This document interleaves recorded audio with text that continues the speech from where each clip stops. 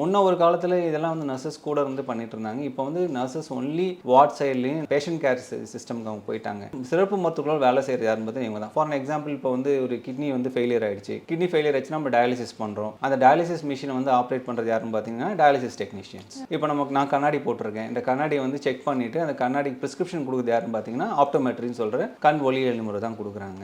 இப்போ உங்களுக்கு வந்து இப்போ கோவிட் டைமில் பார்த்தீங்கன்னா ரொம்ப ஃபேமஸான வேர்டு உங்களுக்கு தெரியும் நினைக்கிறேன், ஆர்டிபிசிஆர். ஆர்டிபிசிஆர் டெஸ்ட் வந்து யார் எடுத்ததுன்னு பார்த்தீங்கன்னா மெடிக்கல் லேப் டெக்னாலஜி தான் எடுத்தாங்க. இப்போ அதுலேயே இன்னொரு கோவிட் செகண்ட் வேவ்ல பார்த்தீங்கன்னா எல்லாருக்கும் வந்து லங் வந்து செக் பண்ணாங்க. லங் வந்து எவ்வளோ தூரம் இன்ஃபெக்ட் ஆகிருக்கு, உயிர் பழிப்பாங்களா பழிக்க மாட்டாங்கன்னு செக் பண்ணுறது பார்த்தீங்கன்னா சிடி எடுத்து பார்த்தாங்க.